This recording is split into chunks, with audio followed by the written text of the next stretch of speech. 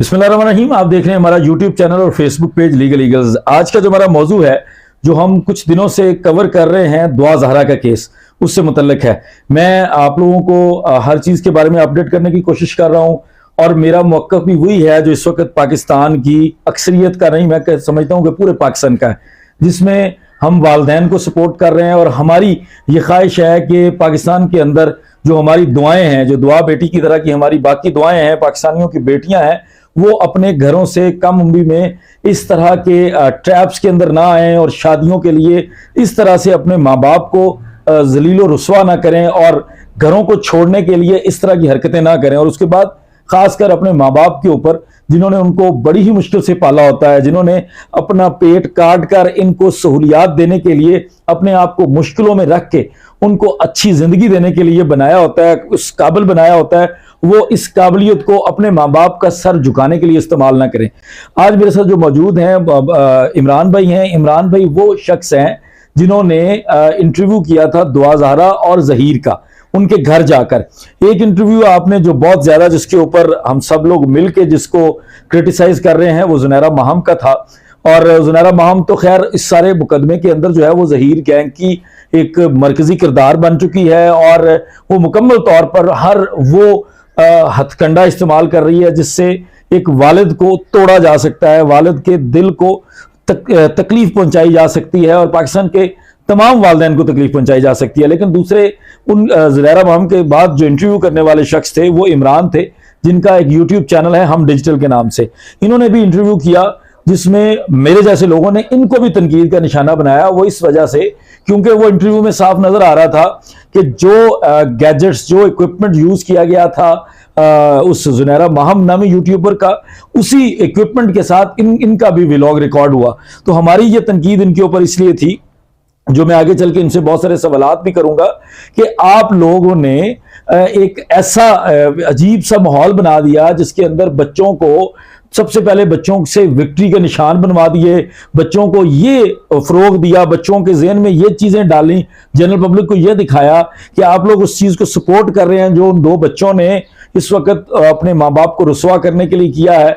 दुआ ने खासकर अपने माँ बाप को जलीलो रुस्वा करने के लिए और पाकिस्तान के तमाम जो हमारी जो नौजवान नस्ल है उसको ख़राब करने के लिए और एक नई अजीब तरह की जो है वो एक रजीम शुरू करने के लिए किया है। तो आप लोगों ने इसको क्यों सपोर्ट किया है?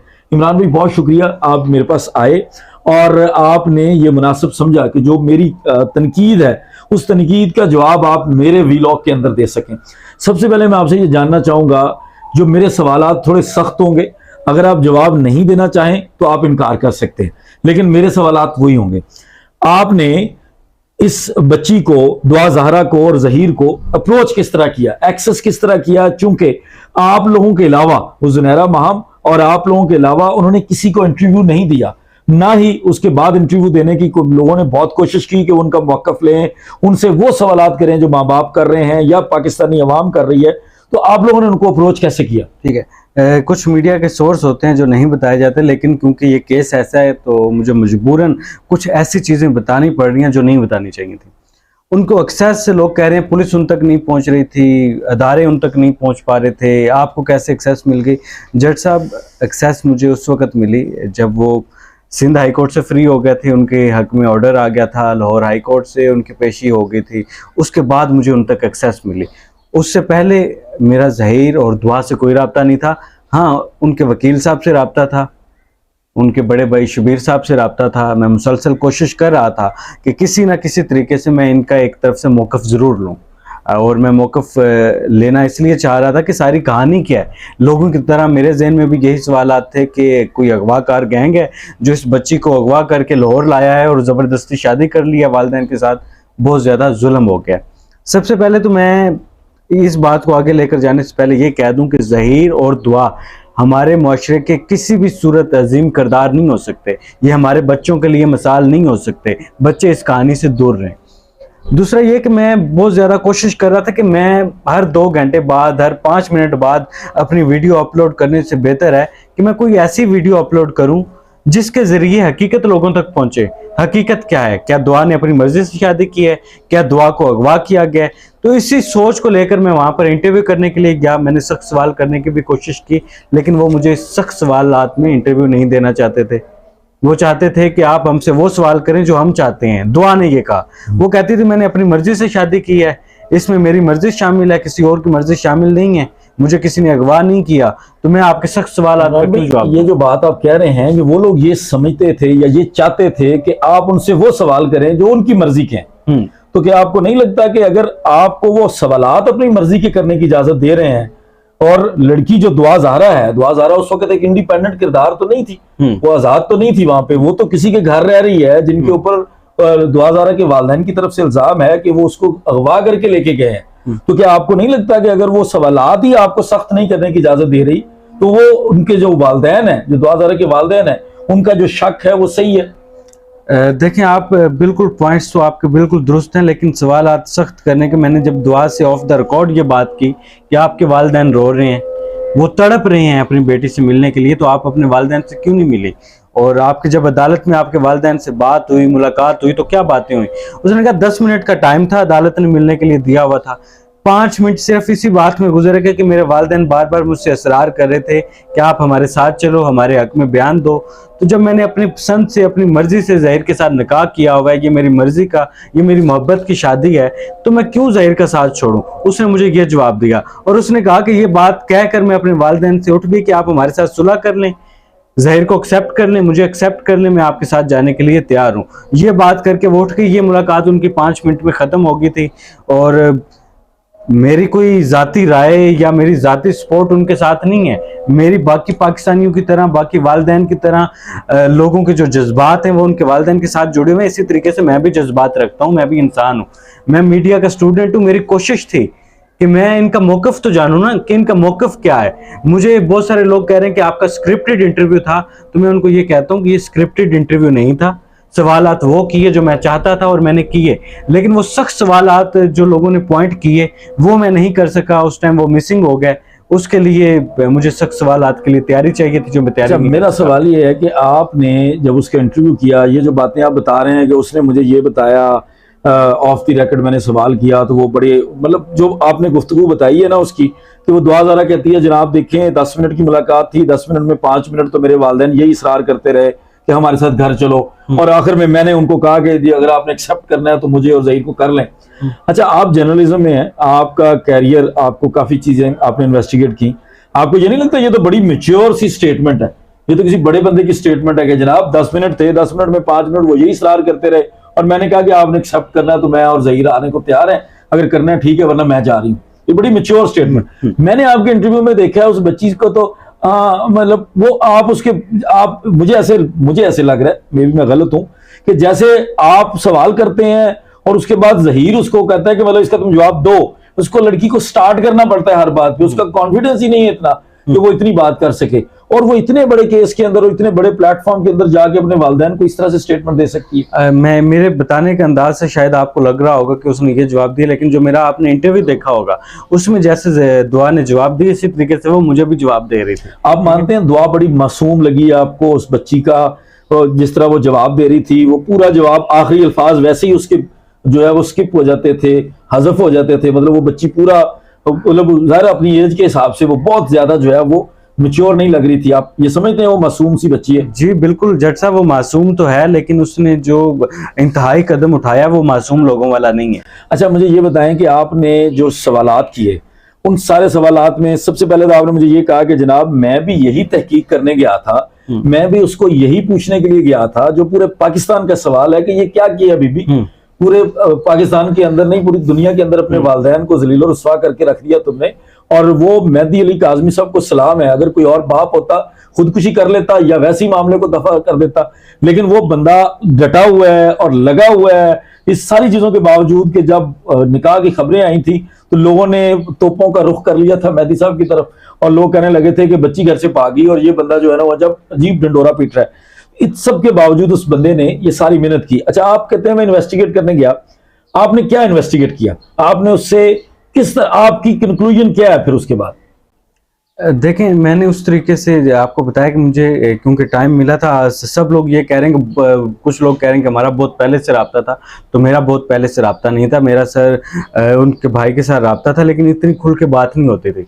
जब मैंने यहाँ जाकर देखा, मैंने दुआ से ये सख्त सवाल भी किया, मैंने कि तुमने तो अपने वालिदैन को रोते हुए छोड़ के आ गई हो, याद नहीं आती अपने वालिदैन की? तो उसने मुझे ये कहा कि मैंने ज़हीर से पसंद की शादी की है। मैंने वालिदैन से इजहार भी किया था कि मैं ज़हीर को पसंद करती हूँ, वो रिश्ता लेने के लिए कराची भी गए। ये उनके अल्फाज हैं, मेरी अपनी राय नहीं है। रिश्ता लेने के लिए कराची भी गया, 3 दिन रहकर वहां पर आए, लेकिन मेरे वालिदैन से उनसे मिलने से इनकार कर दिया। मेरी जो शादी है वो मेरे वालिदैन ज़ैनुल आबिदीन, जो उनके ताया के बेटे हैं, उनसे करवाना चाहते थे। जो एक प्लॉट का मसला चल रहा था मेरे ताया के साथ वालिद का, कि ये प्लॉट का मसला किसी तरीके से हल हो जाए, तो उसमें उन्होंने मुझे कहा कि आप ज़ैनुल आबिदीन से शादी कर लो, ये प्लॉट का जो मसला है ये हल हो जाएगा।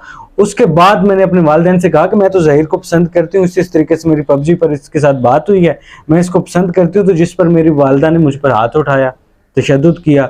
उसके बाद भी मैंने 2-3 दफ़ा कहा, ज़हीर की फैमिली भी लाहौर से कराची आई, 3 दिन रह कर गई, लेकिन मेरे वालिदैन ने उनसे मिलने से इनकार किया। जिसके बाद मैंने 100 दफ़ा सोच कर इस इंतहाई कदम के लिए अपने आप को कन्विंस किया और ये मैंने फैसला किया। और वो कह रही है कि मैंने सोच लिया था कि या तो मैं इधर मर जाऊंगी, मेरे वालिदैन ने मुझे कहा था कि हम तुम्हें मार देंगे लेकिन उधर तुम्हारा रिश्ता नहीं करेंगे।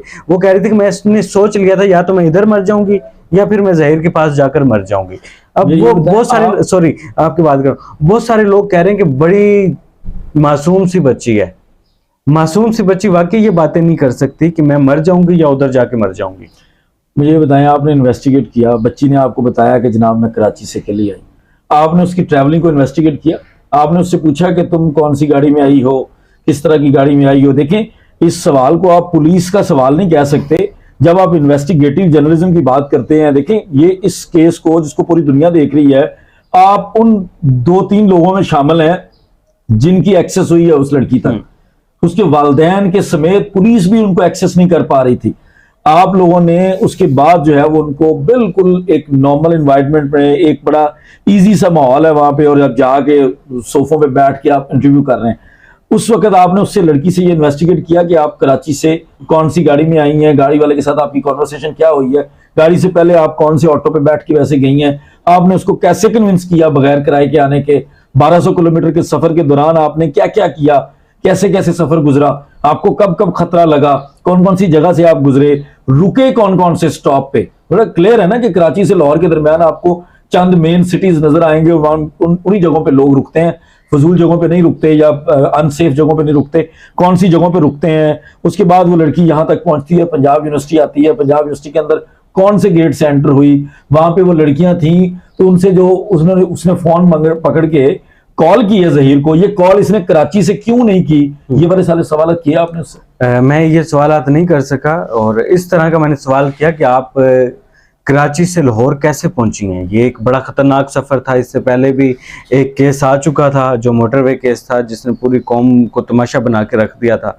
बड़ा ख़तरनाक होता है किसी भी वुमेन के लिए, किसी भी छोटी लड़की के लिए, कि वो इतना लंबा सफ़र अकेले किसी करे और किसी गैर के साथ करे। तो ये सवाल मैंने बिल्कुल उसके साथ किया। उसने कहा कि बस अल्लाह की तरफ से हुआ था कि मुझे टैक्सी वाला मिल गया, उसको मैंने कन्विंस किया, उसने इनकार कर दिया। 2-3 दफ़ा उसे मैंने कहा कि मुझे इमरजेंसी है, मुझे हर सूरत पहुंचना है, तो वो भी लाहौर का था, वो सवारी लेकर गया हुआ था और वो लाहौर वापस आ गया। इसके अलावा कौन सी गाड़ी में गया, वो सारी चीज़ें मैं नहीं पूछ सका। वो मेरे ख्याल में हमारे अदारों को ज़रूर इसमें इन्वेस्टिगेट करना चाहिए था, ये सारी चीज़ें ज़रूर सामने लानी चाहिए थी, जो मैं नहीं ला सका। जाहिर बात है, मैंने कुछ चंद सवालात करने थे, वो मैंने किए हैं। आपने नहीं पूछा कि यूनिवर्सिटी के अंदर कैसे गई? आपने विक्ट्री का निशान बनाया, विक्ट्री का निशान क्यों बनाया? जट साहब, बिल्कुल मैं इसका भी जवाब दे सकता हूँ। सब लोग कह रहे हैं कि आपकी एक्सेस कैसे होगी, पाकिस्तान के बड़े बड़े जर्नलिस्ट नहीं पहुंच सके, आप छोटे से यूट्यूबर। मेरा 3 से 4 साल का तजर्बा, मैं अपने आप को बड़ा यूट्यूबर नहीं कहता, अभी तो मैं सीखने की कोशिश कर रहा हूँ। शायद मुझसे गलतियां हुई हैं और बहुत सारी गलतियों से ही इंसान सीखता है। ये विक्ट्री बनाना किसी की दिलाजारी नहीं करना था, ना वालिदैन की दिलाजारी करना था। मैं तो खुद वालिदैन का बड़ा एहतराम करता हूँ और उनके दुख में बराबर का शरीक हूँ। मैंने तो सिर्फ हकीकत को सामने रखने की कोशिश की। विक्ट्री का निशान सिर्फ इसलिए था कि बहुत सारे लोग नहीं पहुंच सके इंटरव्यू करने के लिए। एक ऐसा केस जो कि मोस्ट वांटेड है, मोस्ट वांटेड इंटरव्यू था ये, उस तक मैं पहुंच सकूं, और सिर्फ अपनी अचीवमेंट के लिए मैंने विक्ट्री बनाई है, किसी की दिल आजारी करने के लिए नहीं की। अगर कोई उन बच्चों की तरफ से विक्ट्री का निशान बनवाना और उस विक्ट्री अच्छा, के मैं निशान इसको पे भी क्लियर कर देता हूँ। जब वो तस्वीर बना रहा था कैमरामैन, मैंने इसे कहा कि तस्वीर बना दो। मैंने जब ऐसे विक्ट्री बनाई ना, उनको मैंने नहीं कहा कि आप जबरदस्ती विक्ट्री बना ले, उन्होंने मुझे देख के खुद ही बना ली। लेकिन आपके कंट्रोल में था। जब आप बाद में थंबनेल इस्तेमाल कर रहे हैं, जब आप बाद में चीजों को इस्तेमाल कर रहे हैं, तो आप उसको ना करते। उन बच्चों के विक्ट्री के निशान को आपको अंदाजा है कि उससे उस वालिद के दिल पे क्या गुजरी होगी, वालदा के दिल पे क्या गुजरी होगी। और इस इंटरव्यू के बाद आपने उसकी वालदा का भी इंटरव्यू सुना, जिसमें वो किस कदर गमो गुस्से के साथ अपने जज्बात का इजहार कर रही है। मुझे अगर अंदाजा होता ना कि अगर मेरी इस छोटी सी गलती से किसी की दिल आजारी हो सकती है, तो यकीन करें मैं कभी भी ना करता। और आप समझते हैं कि ये गलत था? मैं समझता हूँ कि ये बहुत गलत था, ये नहीं होना चाहिए था, और ये मुझसे बहुत बड़ी गलती हुई है जो कि नहीं होनी चाहिए थी, और ये हो गई। तो अगर दिल आजारी हुई है तो मैं उसके लिए माजरत चाहता हूँ, और मैं क्लियर करना चाहता हूँ कि मकसद किसी की दिल आजारी नहीं करना था, और अगर हुई है तो मुझे इस पर मैं अपनी गलती मानता हूँ। अच्छा, मुझे ये बताएं कि जुनैरा माहम का क्लेम था कि हम ये इंटरव्यू कर रहे हैं बहुत ही नॉर्मल एनवायरनमेंट में। कमरे के अंदर इस वक्त सिर्फ मैं मौजूद हूँ, जहीर मौजूद है, दुआ ज़हरा मौजूद है, और कोई नहीं है। वो एक हद तक वैसे ही फजूल बात थी, क्योंकि वो जरा फेम लेने के लिए लोग इस तरह की बात कर लेते हैं। चले, मैं इंक्लूड कर लेता हूँ कि आप भी उस वक्त मौजूद थे, और आप इसलिए मौजूद थे कि चूंकि आप लोगों के सेम गैजेट्स इस्तेमाल हुए हैं, आप लोगों ने सेम माइक इस्तेमाल किए हैं, और मुझे लगता है कि फ्रेम तकरीबन सेम है, तो आप लोगों के एक ही कैमरे से रिकॉर्डिंग हुई है। आप लोगों को भी हम ये दे देते हैं बेनिफिट ऑफ डाउट कि आप लोग इंटरव्यू के लिए मौजूद थे। आप लोगों की कैमरामैन की टीम होगी, वो लोग भी ऐसे अवेलेबल होंगे, प्रोडक्शन वाले लोग होंगे। और क्या उस कमरे के अंदर कोई मौजूद नहीं था जिसकी वजह से हम समझें कि ये बिल्कुल बगैर किसी प्रेशर के इंटरव्यू था, और दुआ ज़हरा के ऊपर जो है ना, वो कोई बंदा सर्वेलेंस रखे हुए नहीं था? नहीं, उधर मैं आपको इस चीज़ को क्लियर कर देता हूँ। मेरे ख्याल में ये क्लियर करना चीज़ें बहुत ज़रूरी हैं, और सबके सवालात भी हैं। जब इंटरव्यू हो रहा था जुनैरा माहम का, और उनकी अपनी स्टेटमेंट है, वो जैसे मर्जी स्टेटमेंट देते रहें, मेरे ख्याल में मुझे अपनी स्टेटमेंट का पूरा हक है, मैं अपनी स्टेटमेंट दे सकता हूँ। जब इंटरव्यू कर रही थी तो उनकी वालदा एक साइड पे दूर कोने में बैठी हुई थी, ठीक है, उसी कमरे के अंदर? उसी कमरे के अंदर, दरवाजे के पास, समझे दरवाजे के पास एक कुर्सी पड़ी थी, उधर बैठी हुई थी। और मैं भी पहले बाहर था जहीर के, क्योंकि भाई के पास खड़ा हुआ था, बातें कर रहे थे। फिर मैं भी थोड़ी थोड़ी देर बाद आता था, देखकर चला जाता था कि इंटरव्यू खत्म हुआ तो मेरी बारी आएगी, मैं भी करूंगा। और मैंने सवालात, लोग कह रहे हैं कि सिमिलर सवालात, सिमिलर नहीं है, मेरा बहुत मुख्तलिफ है। अगर आप देखें तो मर्द मौजूद था कोई और कमरे में? उसकी जहीर की वालदा के अलावा एक दो छोटी बच्चियां मौजूद थी जो उनकी फैमिली की थी, छोटी थी। कितनी उम्र की होंगी? वही होंगी दुआ ज़हरा की उम्र की या उससे कम? ये 15 साल 13 साल इस तरह की उम्र होगी। दुआ ज़हरा जितनी लगती? दुआ ज़हरा से छोटी थी वो। दुआ ज़हरा से छोटी थी। मतलब ये चीज क्लियर है कि जुनैरा माहम ने ये जो क्लेम किया है कि इस वक्त कमरे में हम सिर्फ अकेले हैं, तो जहीर की वालदा वहां पे मौजूद थी, साइड पर बैठी हुई थी वो। किलोमीटर का कमरा तो नहीं है ना? हाँ, नहीं, ठीक कह रही हैं। छोटा सा कमरा है, कमरे के अंदर साइड पे बैठने का मतलब देखिए ना। अगर उन्होंने किया है तो शायद वो उन्होंने इसलिए किया हो कि अपने तौर पे, मैं उनको कोई जस्टिफाई नहीं कर रहा, उनके अपने अल्फाज हैं, उन्होंने अपनी स्टेटमेंट दी है, मैंने अपनी अल्फाज में अपनी स्टेटमेंट दी है, जस्टिफाई अपने आप को करने की कोशिश की है। उन्होंने कहा होगा कि शायद मैं बैठी हूँ, मैं इंटरव्यू कर रही हूँ इस कमरे में, इस वक्त हम मौजूद हैं, तो इस हिसाब से उन्होंने बड़ा कैटेगोरिकली कहा है कि मैं हूं, जहीर है, दुआ है, और कमरे के अंदर इस वक्त कोई और नहीं है, ताकि ये क्लियर कर सकूं कि जी दुआ के ऊपर कोई प्रेशर नहीं है।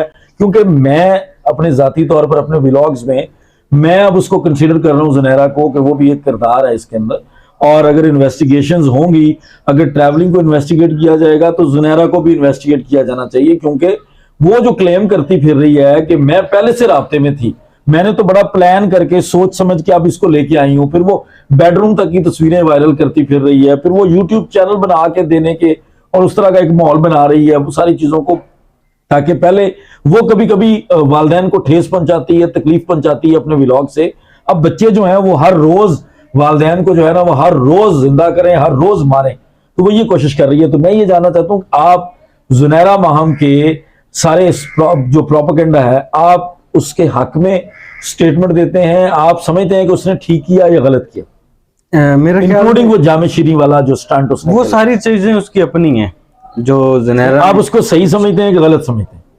वो पूरी कौम ने जवाब दे दिया इसका। कौम आपसे भी जवाब मांग रही है ना, मेरे क्योंकि ख्याल आप बड़े में मरकजी किरदार इस वक्त इसलिए हैं। मैं बताता हूँ, मेरे ख्याल में ये जो चीजें हुई हैं इनको नहीं होना चाहिए था।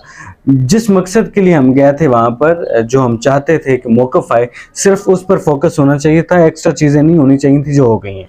जो हालात बने हुए थे पूरे पाकिस्तान में, जो तकलीफ चल रही थी, आप लोगों का मकसद सिर्फ मौकफ था या आप लोगों का मकसद इस मसले को हल करवाना भी था? मेरी जो पर्सनली ख्वाहिश है ना, मेरी पर्सनली ख्वाहिश ये है कि दोनों फैमिलीज बैठें, इनके बड़े बैठें, बीच में किसी पाकिस्तान की बड़ी शख्सियत को बिठाया जाए और इस मसले को ख़त्म किया जाए। ठीक है, दुआ ज़ारा के वालिदैन को भी बिठाया जाए, दुआ ज़ारा को भी बिठाया जाए। ठीक है, उसमें इस मसले को हल किया जाए, इसे एक कौमी मसला ना बनाया जाए। ठीक है, और दुआ ज़ारा और ज़हीर हमारे माशरे के अजीम किरदार नहीं है, ये हमारे लिए मिसाल नहीं हो सकते, हमारे बच्चों के लिए मिसाल नहीं हो सकते। इन्होंने इंतहाई कदम उठाकर अपने वालिदैन को रुस्वा किया है, अपने वालिदैन की दिलाजारी की है, ये नहीं होना चाहिए था। और बच्चों को अपने फैसले करने से पहले अपने वालिदैन का ख्याल रखना चाहिए, उनकी इज्जत का ख्याल रखना चाहिए, ताकि वालिदैन उनकी खुशी को देखते हुए उनको सपोर्ट करें और उनके मुताबिक उनके फैसले करें, ताकि वो भी खुशी के साथ ज़िंदगी गुजार सकें। और वालिदैन को भी चाहिए कि जब अपने बच्चों की ऐसी तरबियत करें, उनकी ऐसी परवरिश करें, उनको इतना सपोर्ट करें, उनको एतमाद दें कि वो ज़िंदगी का जो ये वाला इंतहाई फैसला है, इसको करने से पहले 100 बार सोचें और आपसे मुशावरत करें। आप भी उनको सपोर्ट करें। अगर आप सपोर्ट नहीं कर सकते तो आप कहें कि हाँ जी ठीक है, हम ये आपके साथ चलने के लिए तैयार हैं, हम आपका ये फैसला करने के लिए तैयार हैं। लेकिन आम तौर पे, जैसे रवायती तौर पे हम रिश्तों में इन्वेस्टिगेशन करते हैं कि यार ये लड़की कैसी है, बैकग्राउंड कैसा है, ये लड़का कैसा है, इसका बैकग्राउंड कैसा है, ऐसी इन्वेस्टिगेशन करने के बाद हम इस चीज़ को एतमाद में ला सकें कि ये हमारी बेटी के लिए ठीक है, ये हमारी बेटी के लिए गलत है। तो ऐसी चीज़ें होनी चाहिए। अपने बच्चों को भी एतमाद दें और बच्चों को भी चाहिए कि वो अपने वालिदैन की इज्जत का ख्याल रखें, वरना आप दुनिया में और आखिरत में रुसवा हो जाएंगे। आखिरी सवाल ये है इमरान भाई, आप दुआ ज़ारा को उसकी उम्र कितनी समझते हैं? क्योंकि देखें, मैंने उसको अभी तक स्क्रीन पे देखा है, मैंने उसको लाइव नहीं देखा, और कराची की कोर्ट प्रोसीडिंग्स भी मैं नहीं अटेंड कर सका, लाहौर वाली भी अनफॉर्चुनेटली नहीं कर सका।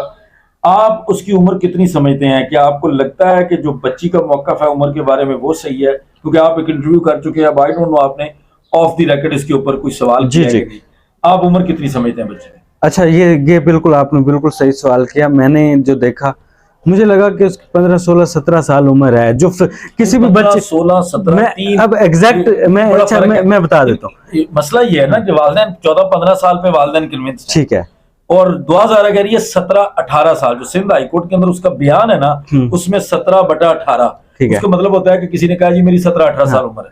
अब तो आप क्या कहते हैं? एग्जैक्ट बताना मेरे लिए मुश्किल होता है, लेकिन मैं अब आपके जज साहब, मैं आपको देख के, मिसाल के तौर पे मैं आपको देख के कह सकता हूँ कि जो जज साहब है ना, ये होंगे 35, 34 साल के, 36 साल के। ठीक है, अब दुआ ज़ारा को जब मैंने देखा, उसके फिजिक से मुझे लगा कि वो 16, 17 साल की होगी।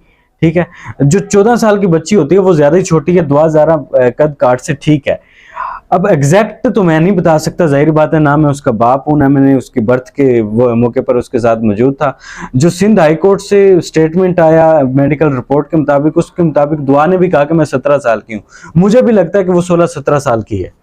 चलिए जी, ये थे इमरान भाई। इमरान भाई ने बेसिकली इनके ऊपर बड़ी तनकीद हो रही थी, इनके ऊपर भी लोग जो है वो बरस रहे थे कि इनका जो है ना वो शायद मौक़िफ़ बिल्कुल वो जुनैरा माहम नामी जो व्लॉगर हैं उनके जैसा है। लेकिन इनकी तरफ से ये सारी चीजें क्लियर हैं कि इनको भी उतना ही दर्द है जितना आपको, हमारे व्यूअर्स को और मुझे है, कि जिस तरह से पूरे पाकिस्तान के अंदर वालिदैन की तजलील हो रही है और इस तरह के वाक़यात नहीं होना चाहिए। और हमारी जो नौजवान नस्ल है, जो नई नस्ल है, ये नौजवान नस्ल भी नहीं है, ये बच्चों वाली नस्ल है। इन लोगों को इस चीज के ऊपर जो है वो सोचना चाहिए कि जिन माँ बाप ने हमें इतनी मुश्किलों से पाला होता है, अपने आप को गिली जगह पे सुला के हमें खुश्क बिस्तर के ऊपर सुलाया होता है, अपने आप को भूखा रख के हमें खाना खिलाया होता है, तो उनको इस तरह से दुनिया के सामने जलील और रुस्वा नहीं करना चाहिए। उम्मीद है आपको ये हमारा व्लॉग पसंद आया होगा। हमें अपनी आरा से हमारे कमेंट सेक्शन में जरूर बताइएगा। इंशाल्लाह ताला अगली जो भी अपडेट होगी दुआ ज़ारा के ऊपर, उसके साथ हम हाजिर होंगे। बहुत शुक्रिया। अस्सलाम।